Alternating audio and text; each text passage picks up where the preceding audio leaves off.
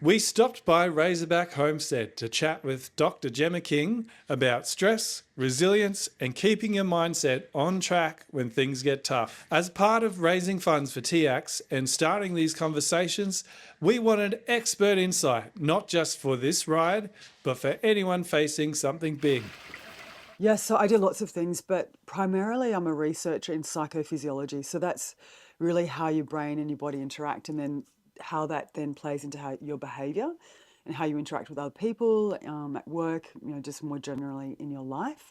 So traditionally, psychologists were over there, and then physiologists were over there, and they kind of didn't meet. But I thought it just made sense to have a more holistic perspective of someone's life. And I know, your brain, your physiology follows your psychology, and your psychology follows your physiology. So there's a very bi-directional relationship that I think once you understand it, you can really use that information to, push yourself harder, or know when not to push yourself too hard. Yeah.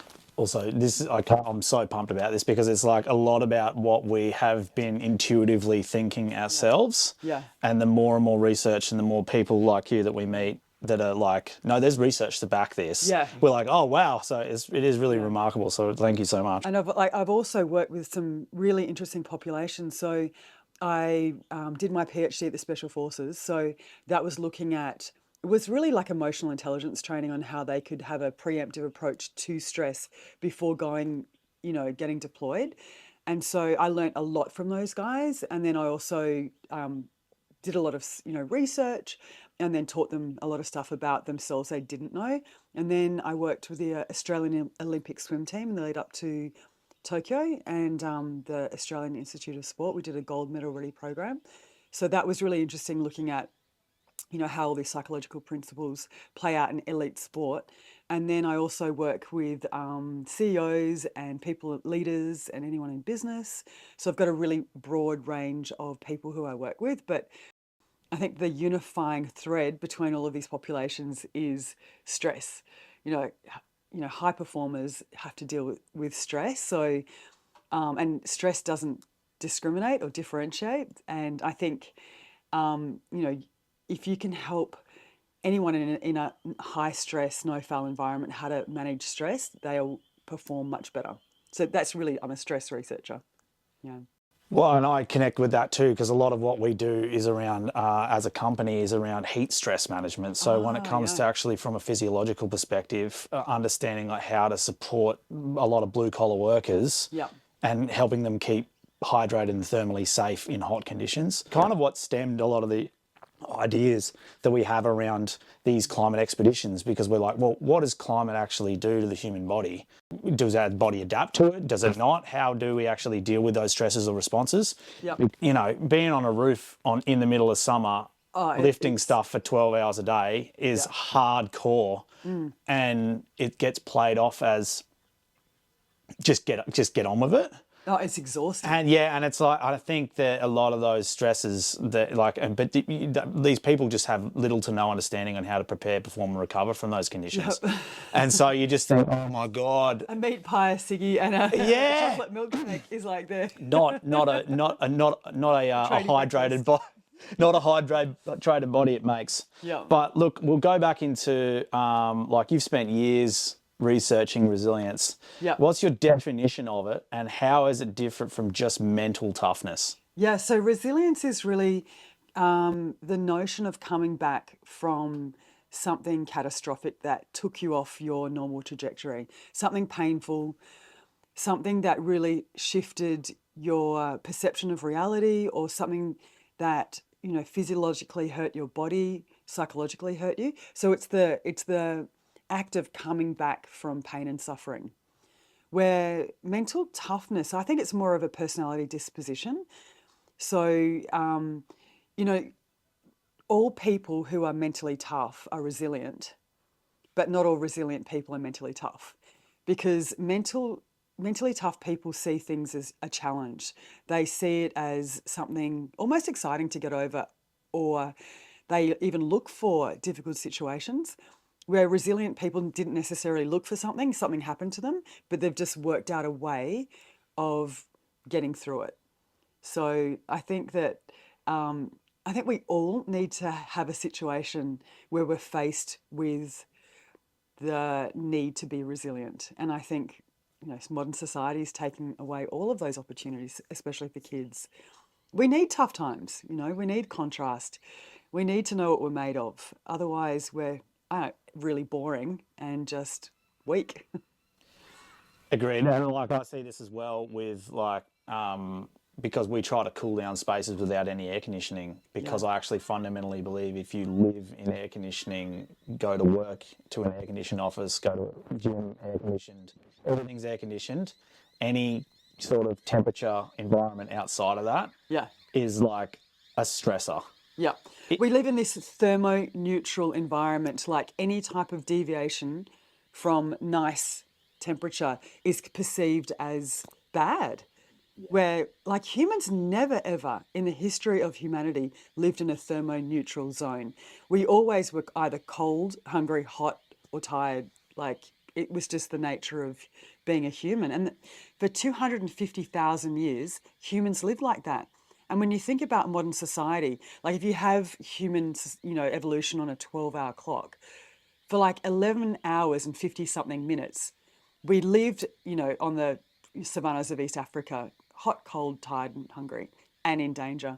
And now you look at modern society, it's a 4-second blip, comparatively. And so all of our physiology is not designed to be thermoneutral and well fed all the time. Our whole system is set up for stress. And so this is where we see the notion of affluenza, like we are getting sick because we've got too much food and we're too safe. Oh, I love this. This is because I guess we're just looking at exactly the same things, and it's just like, what the hell is going on here? Yeah, yeah. And so that's why all these people like have found extreme sports or extreme environments, because every cell in their body is screaming out, like, use me for what I was designed to do. Just like an artifice, it's like you're opting in to the stress. Yeah. Yeah, remarkable. Most people think resilience is about bouncing back, but is there more to it? Can it also mean breaking down and rebuilding differently? Yeah, I think that when you look at resilience, so basically you've had something happen to you that sort of takes you off your normal trajectory. So there is a breakdown that happens, that's endemic in that word. And then there is a sort of resurgence, so coming back from. So you've had to have some type of repair. You've had to put energy into making yourself better. And then there's a recalibration. So you kind of shift on your axis. And people talk a lot about, post-traumatic stress, but what we actually see in the data and what isn't spoken enough about is post-traumatic growth. So 68% of people who've had a catastrophic event will actually come out of it better. And I don't think people talk enough about this. Like, I've worked a lot and still work with the military. There's all this talk about, broken men and post-traumatic stress. Most of those guys actually have experienced post-traumatic growth. So that is basically when you are almost appreciative of that pain and suffering that you had. You've come out a better person. You actually have better relationships. You appreciate the suffering. You appreciate the basics in life because they might have been taken away from you. You just see the world a different way. And I think we need to talk more about that and to foster and to educate that when something bad happens to you, it doesn't mean that this way you are is going to be forever and that you're broken. You actually will become better in the broken bits. And I think there's that Japanese pottery, what's it called? I can't remember the word of it. When it's not ikigai. Ikigai or something? No, ikigai is the where you find passion. It's all those things that. Yeah. Yeah, I know the one you're talking about. Where they actually put pottery back together with the gold seams, and it's more beautiful.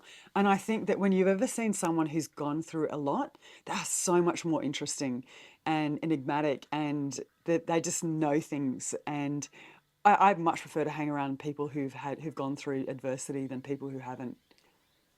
I'm so stoked that I was literally talking to Reese about this like 3 days ago about post-traumatic growth, because I just read David Rowland's book, The Power of Suffering. Yeah. And he talks about, I know it's not his take, but he really goes into depth around like post-traumatic growth. Yeah. There's a lot of really good research that's in, and I think we just should talk more about it. Yeah, instead of like just holding on to the trauma Yeah. and then like understanding that the trauma is there and it has been instrumental in like taking you to this point, instead of being like we need to go back and constantly rehash the trauma. Yeah, and every single human in the history of humanity has had something bad happen to them. You know, all of our ancestors, kids died, there was war, there was famine, that, you know, you had members of your family that would die in front of you. Now we're all so sanitized and we're just so removed from stress that when it happens, people, you know, completely don't know how to deal with it. And yeah, I think we need to talk more about it. Yeah. I agree. Where do you see the line between stress that builds you and stress that breaks you? Yeah, it's a really good question, and this is something that when we were working with the, you know, elite military and elite sport, is that they very much wanted to work out before the event. So stress inoculation training is a big thing. That's what all the special forces do all the time. It's just like basically finding out where is your line between eustress, good stress, the stress that actually is enhancing, that makes you perform better, and where is your breaking point. And you don't really know it, that point, until you've actually tested it. And you can actually slightly push that line with training, with habituation. And so it really is very individually dependent. And so there's a lot of things that go into your stress coping repertoire. And so it can go from, okay, epigenetics, so the types of stresses that your great grandparents and your grandparents and your parents went through does pass through your genes. Then there's the type of stress that you were exposed to within your mother's womb. So how much cortisol you were exposed to will actually change how many cortisol receptors you have in your brain. So, and then, you know, how much cortisol you'll express during stress. Then there is how much, you know, cortisol was in your mother's breast milk. Then there's modeling, so what type of stress, how your parents responded to stress and how you learnt how to respond to stress. Then there's, you know, your life experience. Did you have a tough childhood? I find that kids that have had a bit of a tough childhood are much better at dealing with stress. You don't want your kids to be born into a feathered nest, because they actually don't do well when they're adults and they have to deal with stress. So there's a really interesting study. They saw kids who were very badly abused, kids who had a little bit of adversity, and then kids who had a feathered nest. And they followed them throughout their lives. And interestingly, the kids who were very badly abused and the kids who had the feathered nest actually looked very similar in their adulthood when it came to their ability to deal with stress. So I always say to my kids, like, you know, all this adversity that you've had to experience because I got divorced, it's good for you. You should thank me because it's actually made you tougher. So you need to have a stress inoculation throughout your life. You need to let your kids run, get cold, dirty, run with scissors, play with fire. So yeah, test yourself, test your limits before you get to that event if you're doing a big event. And then you have to have what we call interoceptive ability. So you need to really understand where your body is at, understand your stress triggers, understand that there's like a curve of optimal performance, underactivation, perfect activation, and overactivation. So you've got to know what are the signals when your body is actually getting too activated, too exhausted, too hot, too cold, too hungry, too sleep deprived. And then you've got to know where that position is. No one else can tell you that. And then you have to be very cognizant of where that line is. And then each time you train, you try and push that line a little bit further and habituate to that pain. So that's my ideas on stress. Yeah, awesome. So we believe that there actually is good stress. There's that self-induced stress when you're doing hard challenges. Yeah. And it's kind of different to sort of everyday stress, but I guess similar. But is there good stress? Yeah, so it's called eustress, and that is when you see that adversity or that challenge as something exciting and challenging. So you look at a situation, you think, I have the capacity, I have the resources, I have the identity, I'm the type of person who can deal with stress. So identity is really important. And then you have the motivation. And so what we know is your perception of stress has a huge consequence on how your physiology reacts. So if you see something as frightening versus something as challenging, it's called the threat versus challenge body of literature. If you see something as frightening, your cardiovascular system will change. You use more metabolic resources. You produce more cortisol. Your capillaries will constrict, and so you actually can't move as fast. Your blood profile looks different. So if you're frightened, because in our evolutionary past, whenever we were frightened, it was probably because we were about to get it, eaten by a beast or killed, had violence. So our blood will prepare for bleeding out. So what we see is constrictor in our extremities. We will produce more glycogen into our bloodstream, which is a food source, and our body will produce more platelets, which are clotting agents. So I call it sticky blood, and we produce more types of immune cells that are good for clotting and good for getting bitten by animals. So yeah, so there's this really unusual blood profile that you get when you're frightened.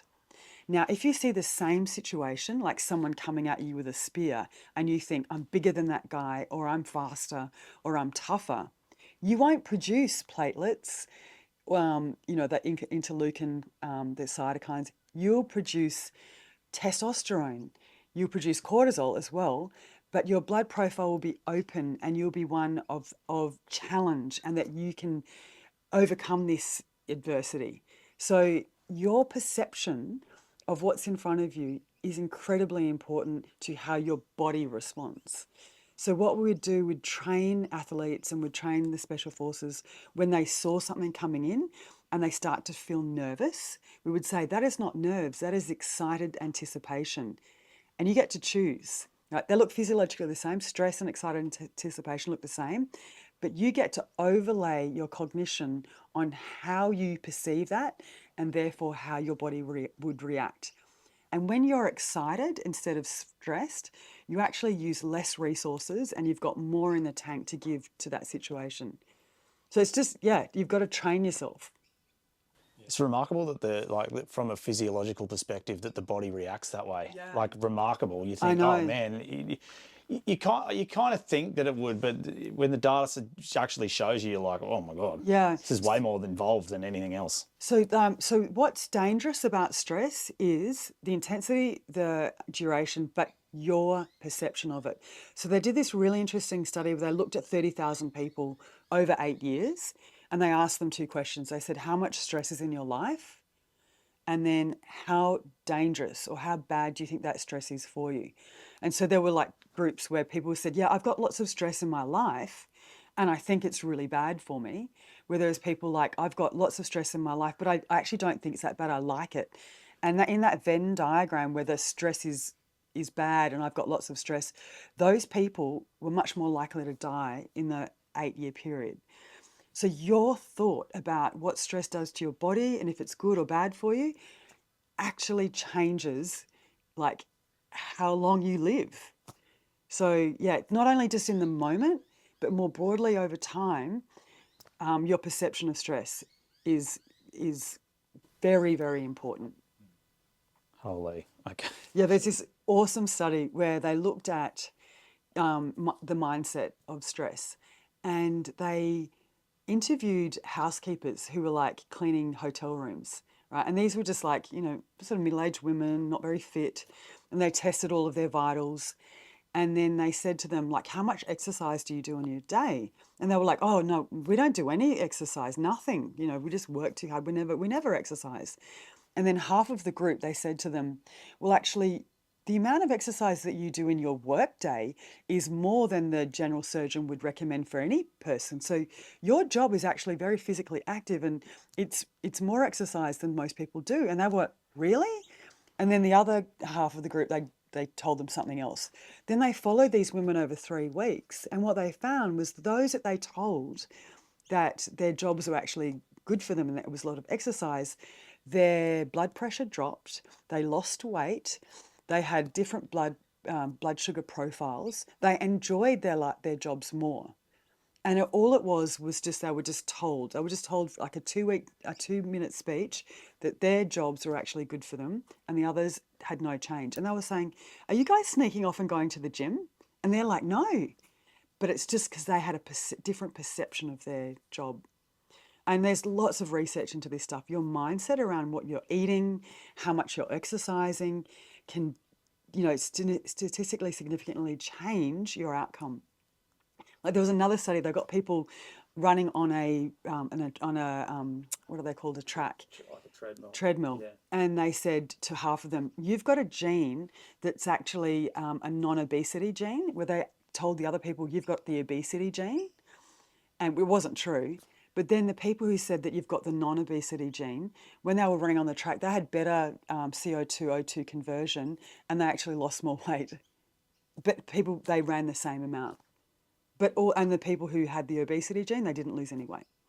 So, yeah, be careful what you think Well, and say. and say. Yeah, wow.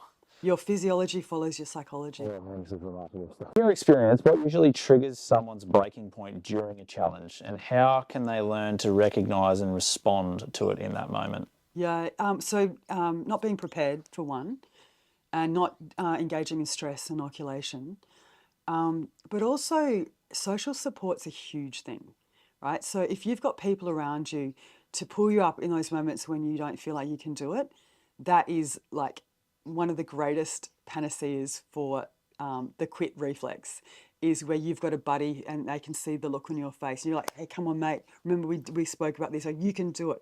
So having people around you to help you is incredibly important. But it's also having a plan B, a psychological plan B.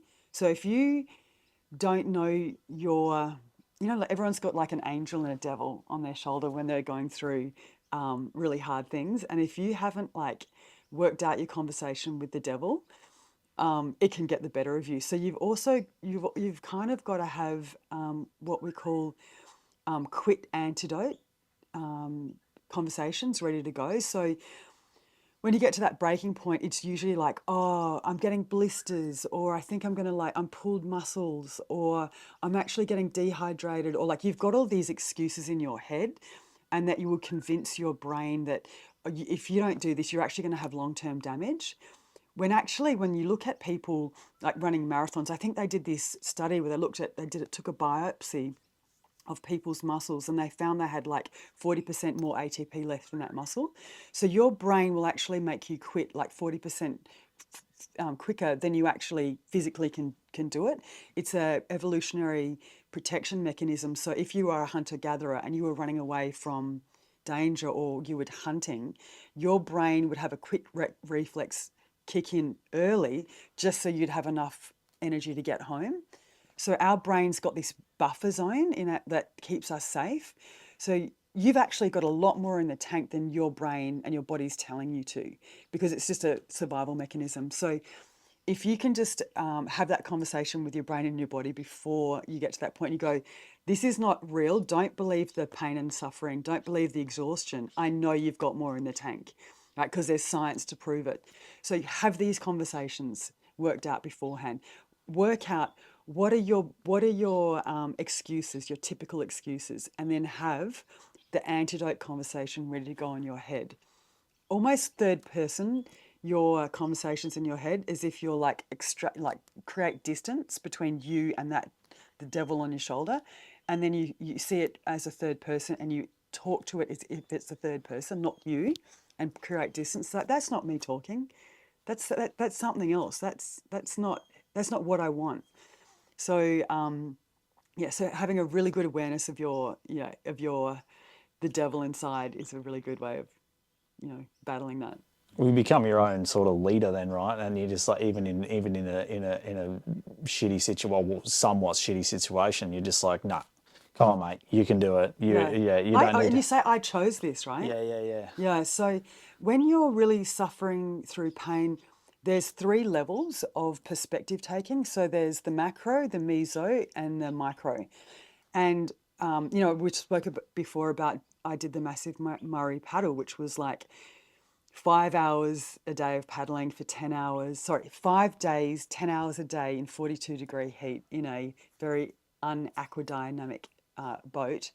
And I was in enormous amounts of pain. And I worked out that if you have a North Star, your higher order purpose, like the big thing, the big reason you're doing it, and often it's good to have a reason for someone else. I'm helping someone else, I'm raising money, or I'm, a higher order purpose.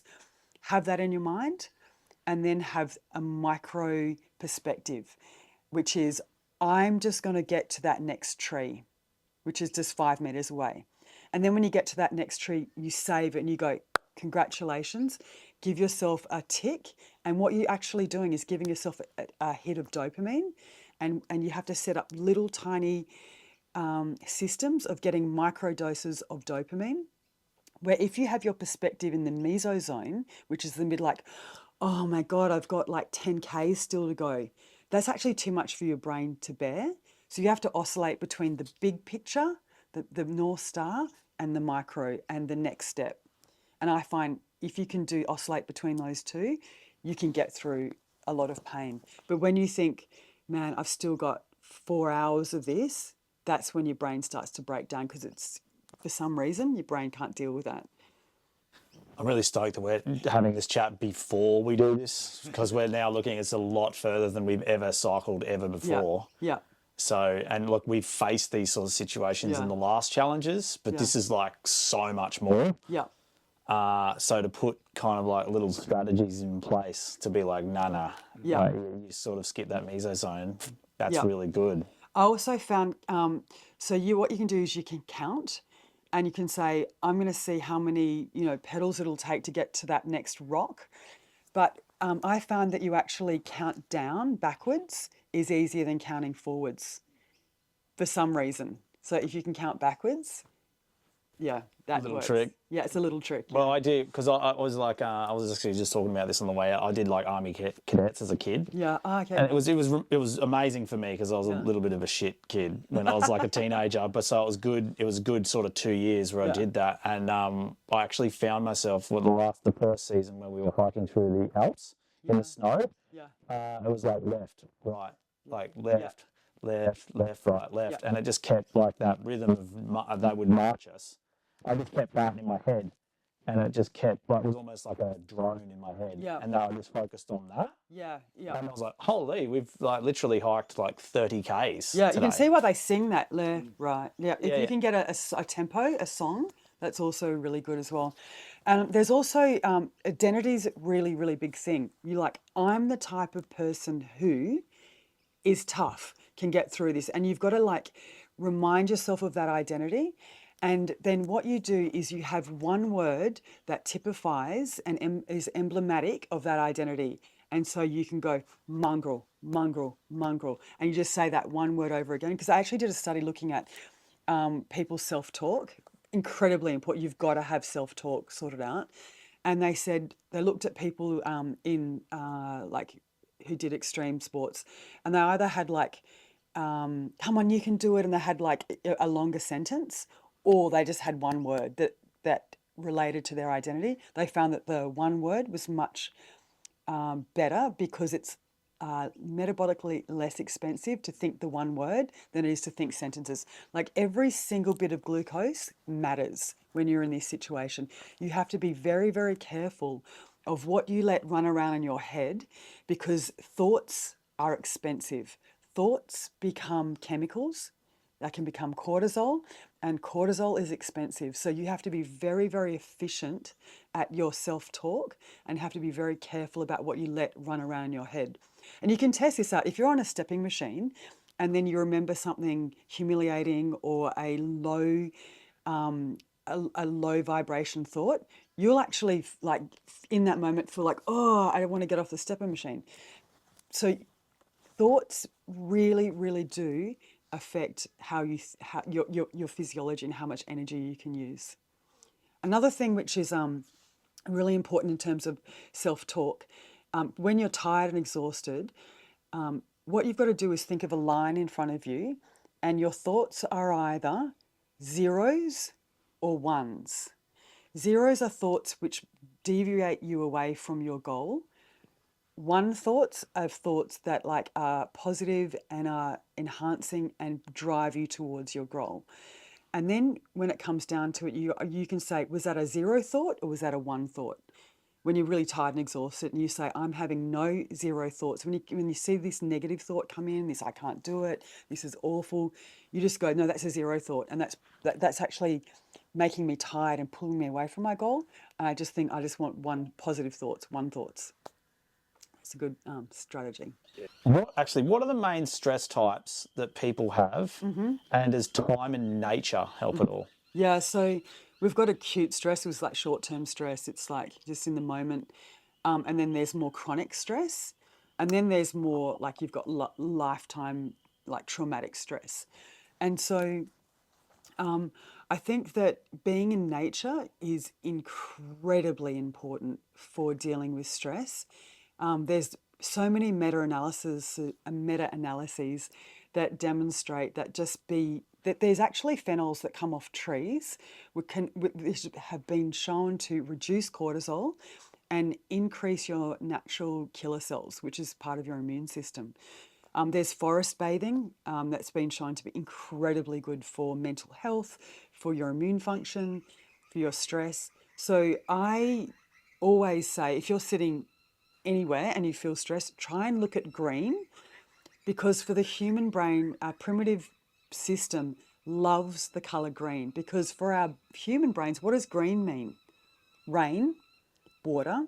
Then there's usually eating something that's green, so it means water and food. So if we see something green, it means that we're safe, we're going to be able to drink, we're going to be able to eat something, and it means life, it means vitality. And yeah, so if you are feeling stressed, try and get your feet into the green, or try and look at a green vista, or try and get out. And I've been speaking to a lot of women lately who've had very traumatic childhoods, maybe like abuse, sexual abuse. And so many of them have said the only thing that makes me feel better is sitting next to a big ancient tree. The bigger, the older the tree, somehow the more calm and more safe they feel. So yeah, I don't know what it is, but I think green and the human brain are, intertwined. Yeah. Absolutely. And I actually, I can't remember what book I was reading, but apparently, and I don't know if this is entirely true, but we're one of the only animals on the planet that can see green. So it's another like receptor. Yeah, I haven't heard that. It's interesting. Yeah, and so I think it was the trees that made us or something. I can't remember the book, but it was we're one of the only animals that can see it. Wow. So yeah. which is another thing that's like just so remarkable that we can even tell. Yeah, Yeah. all the different variations of green. I feel sorry for people who've got colour blindness. Yeah, it makes it sad. hard. Yeah. Well, is it green that they Red and lose? green, I can't see. I think it is. Oh boy, that would be tough. Yeah. How can we prepare mentally before a big challenge so that we're better equipped to adapt when the unexpected hits? Yeah, I think visualization is a big thing. So your brain can't differentiate between like imagining something and seeing something. So if you can't practice something in practicality, you can visualize it. So you can visualize yourself in a tough situation, feeling exhausted, and then visualize yourself getting through it and coming, finding ways out of it. And what you're doing is you're invariably kind of practicing and training your brain without actually having to do it. So the more time you can spend visualizing success scenarios, the better chance you will have of being able to overcome, a difficult time. So, yeah, I think people really underestimate the psychological or the mental component of situations. Like they do a lot of physical training, and then they harden up their feet and they get cardiovascular fitness. But when it comes down to it, when I look at people who are in elite or high intensity environments, it's the brain that gets them through, right? The mental toughness is what gets them through. Like when I was working at the Special Forces, and we'd see all of the guys come in and they were trying to get through commando training and commando selection, you'd see these big jack guys who had been in the gym and they looked really good and they looked super fit. and they wouldn't get through. It was a little, like wiry kind of mongrel guys that just had sheer mental determination that would get through because they'd obviously, pushed themselves to the limit. They weren't about how they appeared. It was all inside their heads. And so I cannot tell you how important it is to prepare yourself psychologically for tough times and visualize yourself getting through it.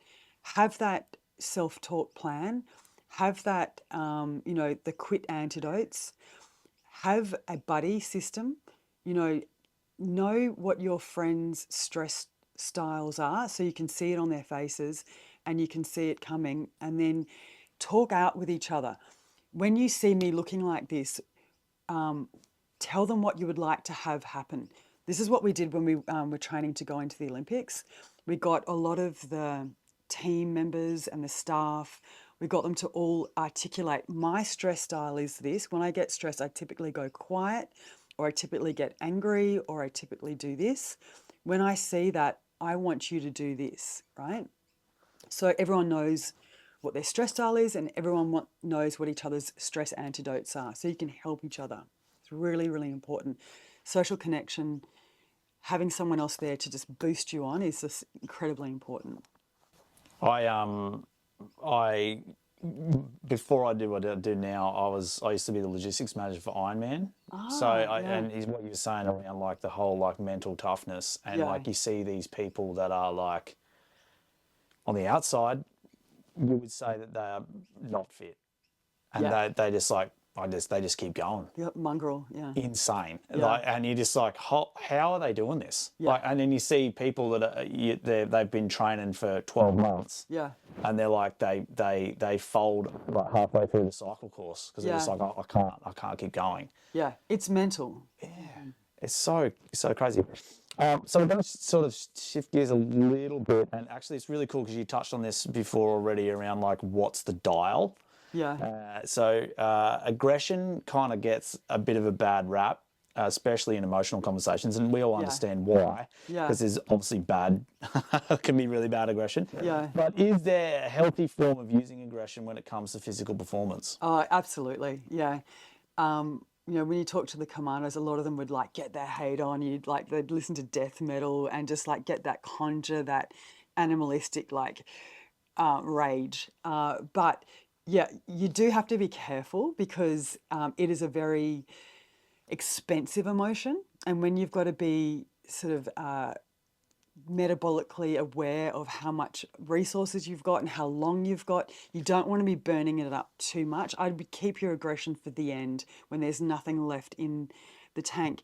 Aggression will pull out energy. It'll find resources for you. And there is, testosterone. Like testosterone is the aggression hormone. And women have it too. We've got less than men. But, this is the hormone of aggression, and it makes you have higher pain tolerance.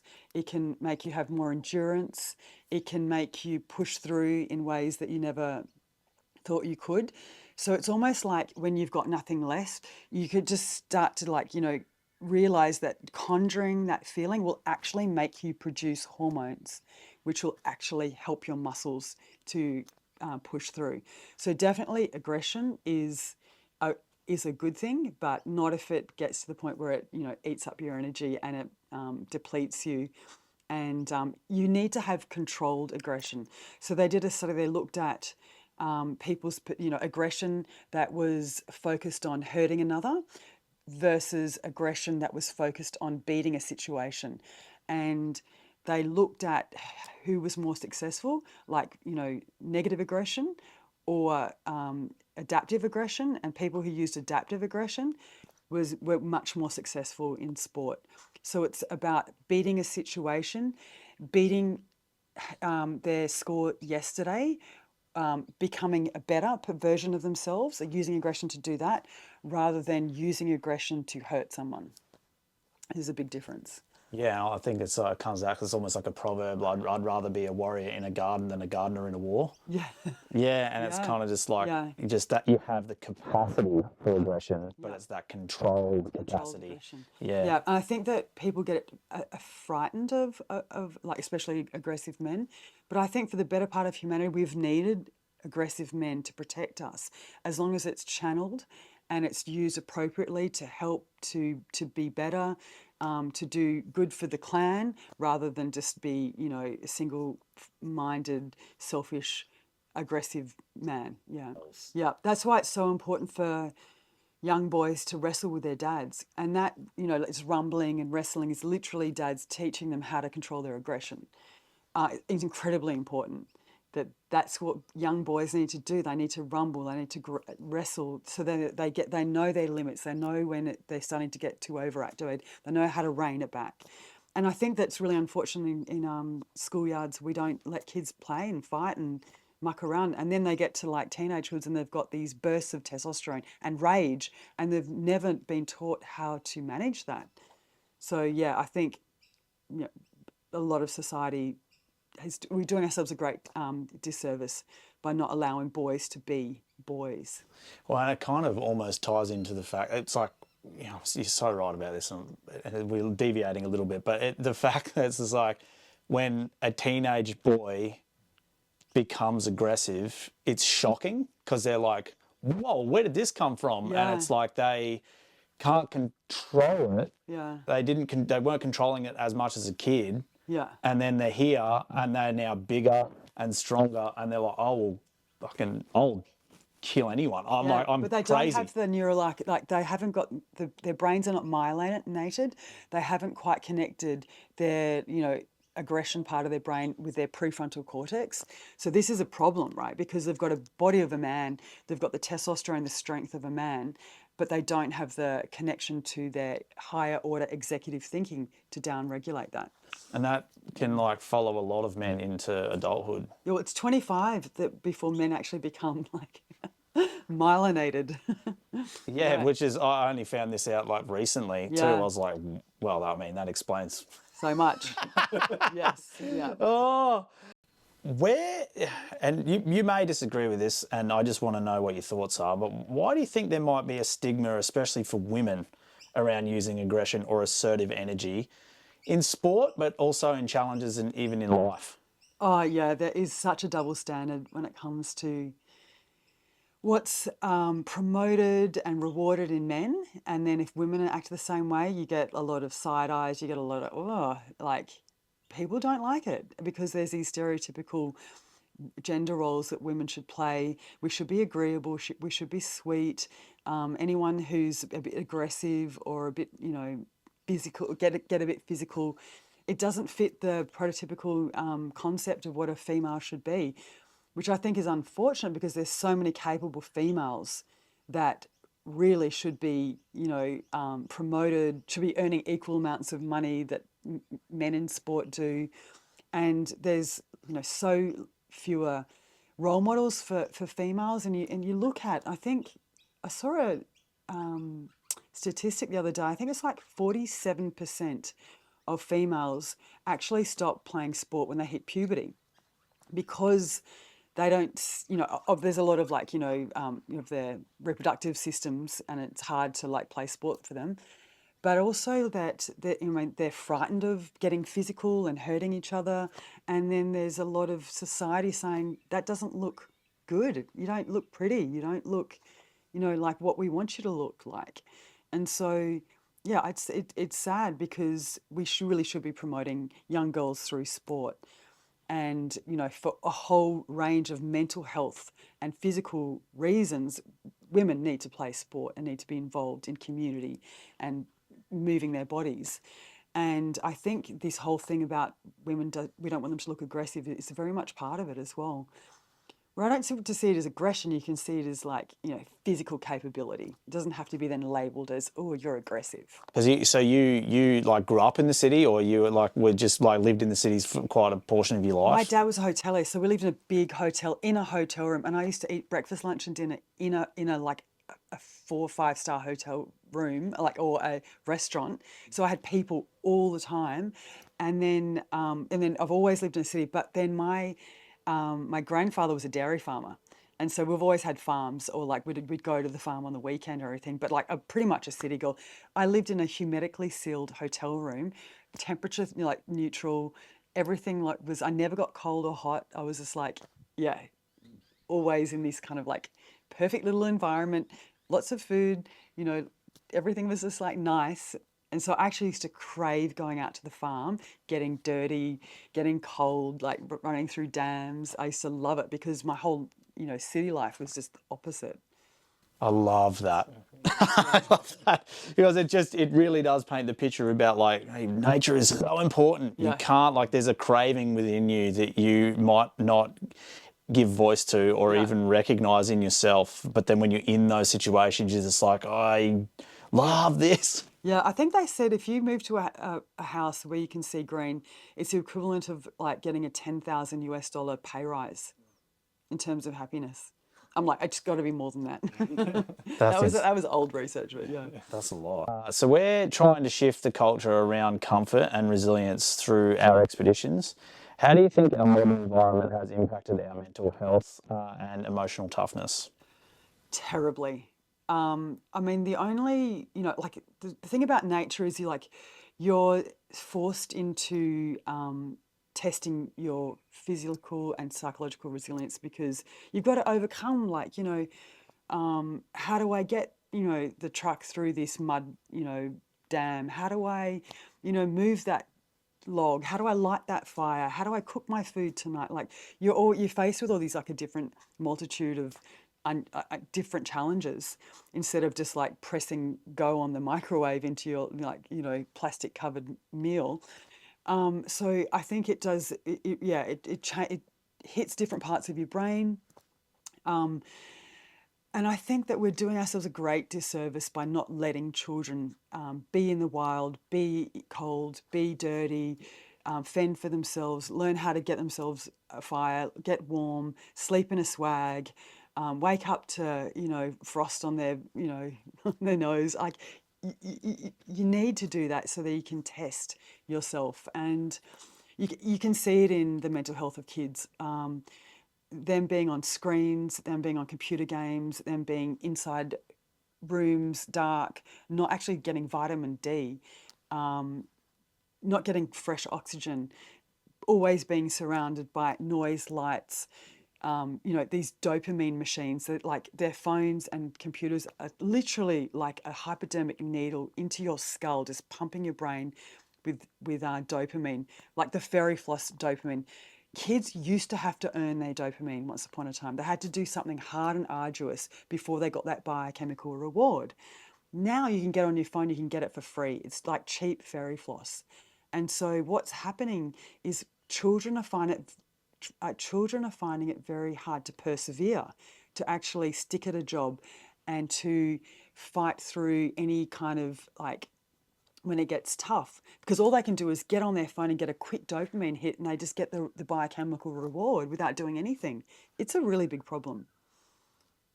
And it kind of plays into the next question. So there's like a lot of research recently around nature playing a huge role in stress reduction. But how have you sort of promoted that within your work and what you do at the retreats? Yeah, so typically we'd run retreats or we'd run workshops inside office buildings, inside their workplaces. But what we found that people were just always kind of like half distracted on their phones underneath the desk, or they had their laptop open, or they could see their boss walk past, or they're reminded of like, oh, I didn't get back to that client. And so they were not really fully present. They were kind of listening, but we just knew that they were still in work mode. But when we decided to do these nature-based workshops, we could see a distinctive change just in their faces, in their demeanour, in their concentration, in their being present, because they'd leave their phones in the car, they'd be sitting in green, we'd light a fire, we'd have food outside, and it's just so incredibly beautiful that just even being around the trees, the green, the fresh air, even that, let alone teaching them about all the stress reducing things we'd teach about, you could just see a significant drop in people's stress levels. So I think it's incredibly important to get out of your environment, pattern interrupt, and do something different and make the effort to leave the stress zone. And you see just huge rewards from that. Can you pushing yourself in new environments physically almost rewire your brain to handle other stresses? Yeah, absolutely. Like I said before, there's a strong correlation between physical toughness and mental toughness. And you can train yourself physically.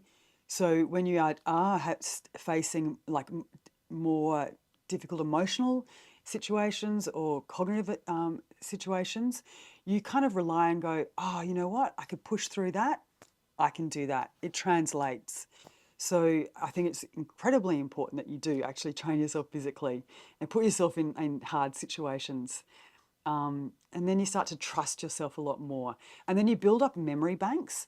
Like you can, what I found has really helped me get it through hard times is I look back and gone, you know, I did that before. I remembered that I actually had the capacity, the bandwidth to do it then. I can do it tomorrow. How important is a shared goal in terms of mental well-being and achieving that goal? It's everything. Yeah, I think that what we found, what's even more important is shared adversity. So when you are suffering together, it creates this incredible bond. And we saw that with the Special Forces guys. Like they have the most incredible, deepest loyal bonds because they've suffered through pain together. And so there's nothing like it actually changes your biochemistry.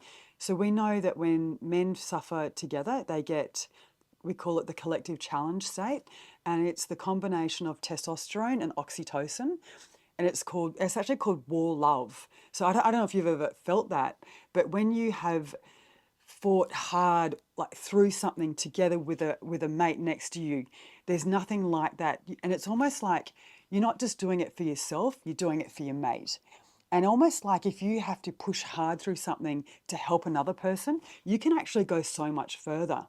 So that's why it's so important to share things, to share experiences, share adversity, and share like what you guys are doing. Like you're actually giving each other an amazing gift to suffer collectively. Oh, that's awesome. Because I've noticed this too as well. We had to climb the last peak in this snowstorm. Yeah. And Reese and I had never done anything like that before, and we were legitimately terrified. I thought we were going to die. And we went down to the other side of the mountain, and we were standing there, and we were just, the wind was blowing over the top, and we were sort of in a lull spot. And we all just started hysterically laughing, being like, what did we just do? Yeah. Yeah. And then off the back of that, I've found that like really stronger connection to Reese and to and Leighton as well. Just wow, this is unbelievable. Have you got someone else to rely on who's relying on you? You push yourself so much further than if you were by yourself. It's incredible. So, I've just completed the world's biggest Wim Hof study, and I was a skeptic because I was a scientist and I was like, I'd heard about Wim Hof and everything, and then we had this very philanthropic man, a billionaire, who said, who's friends with Wim, and said, oh, Wim wants to do some research. Do you want to do research? And I'm like, sure. But I came in with like a healthy dose of like, let's just see if it's really true, like all the claims that they make about it. And so, I became good friends with Wim, and he's been out here many times, and we got over 400 knowledge workers. So people who would not necessarily do the Wim Hof method. And we wanted to see if the Wim Hof method was really good for mental health, but also cognitive performance. And I knew that the Wim Hof method there's a lot of like wellness bros or people who can afford ice bars, who've got the time for ice bars. But I'm thinking, what about all those people who are marginalized in regional locations, can't afford ice bars? don't have access to it, don't have the time to do it. So what I did, we set up this study to see what's the difference between ice bathing and cold showers, because most people have got access to cold showers. Even if you're poor, you've got no time, you're out in the bush, you can find a cold shower. And so we looked at it, this study, we did it over 6 weeks, and we did baseline people, we put the Whoop devices on them, and then we got them to do breathing and cold showers, and then once a week you've got a group to do the ice baths. And wow, the data was unbelievable. So because we had physiological data, we had survey data, and we'd have groups would come together and we'd have Zooms together and have meetings together, and people just completely changed.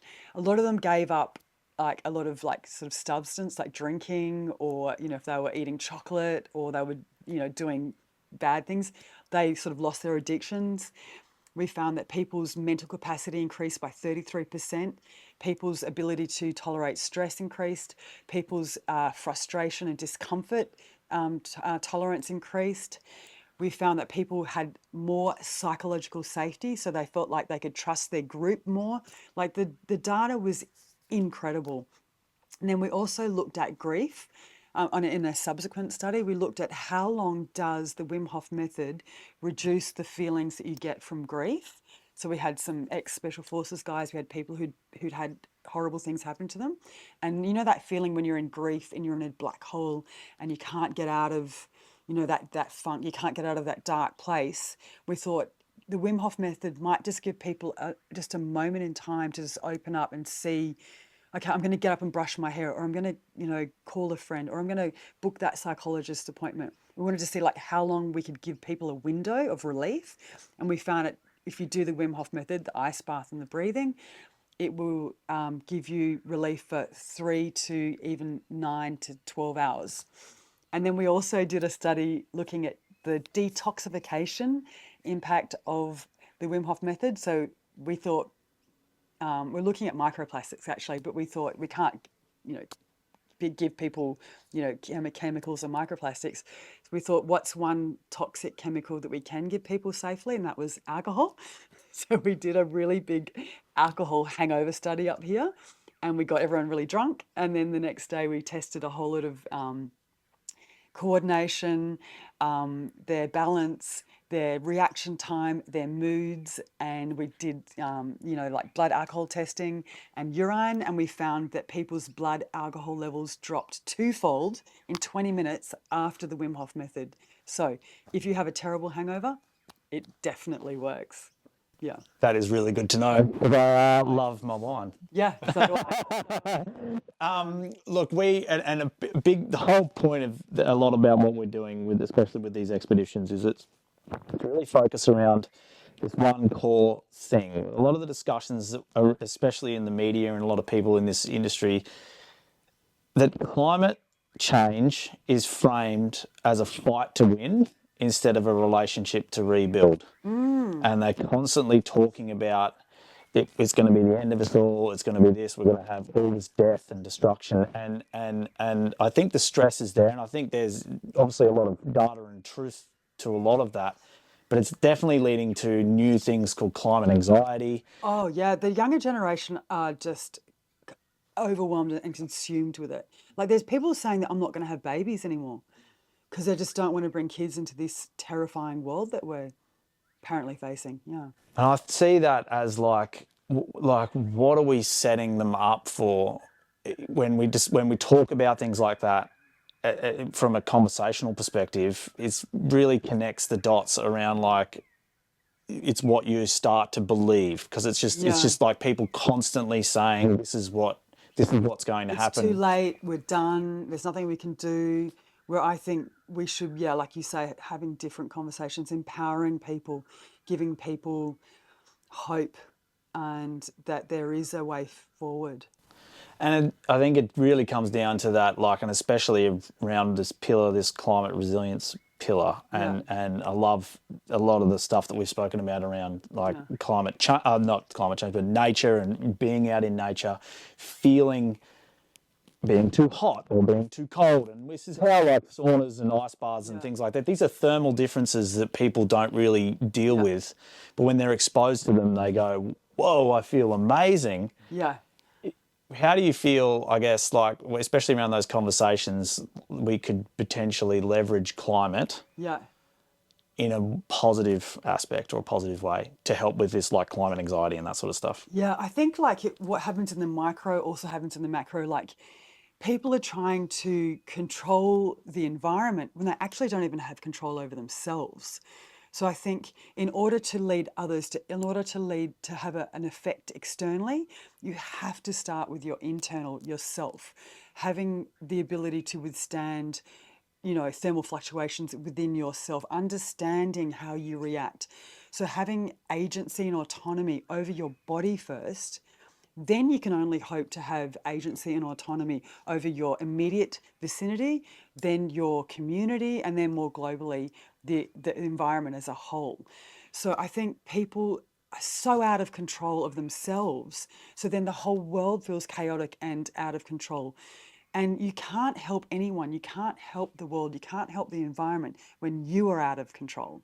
So that I always think start with the self, start with a micro, and then when you build strength, then you are like a leader, then you are someone who can fight the way through, then people can start to follow you, and you feel like you've got the strength and the wherewithal to deal with these huge, big, wicked problems that invariably are there and are going to be hard.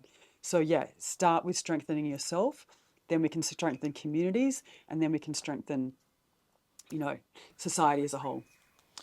I think one last thing, and this is kind of, but just really bringing it back around like the tradies and blue collar workers, and maybe getting your thoughts around that. We're doing it, and you said before about it's good to have that macro goal, and we have that. We're raising funds this time for TIAX, which is I don't know if you've seen Trademark, but they do these I like. think I'm talking at one of the. Oh, awesome! I'm doing a tradie convention on mental health. Yeah. Yeah. So Yeah, like yeah. we just we just interviewed Dan and Ed from Trademark for this season. Ah, okay. Yeah. And because they're in that space, right? Yeah. They unfortunately lost a friend to suicide, and that's really Yeah. prolific in tradie and blue collar industries and workers. Like I guess it's the resilience based stuff. Like it's all good for the high performance people, and it's just trying to bring it back down as well, where maybe even people that don't consider themselves high performing Yeah. people, what are some of the things that they can do to sort of start to improve that mental health? Yeah, this is a really good question. And so I was faced with this dilemma when I went to work with the Special Forces. So, there's a huge mental health problem with people in the forces.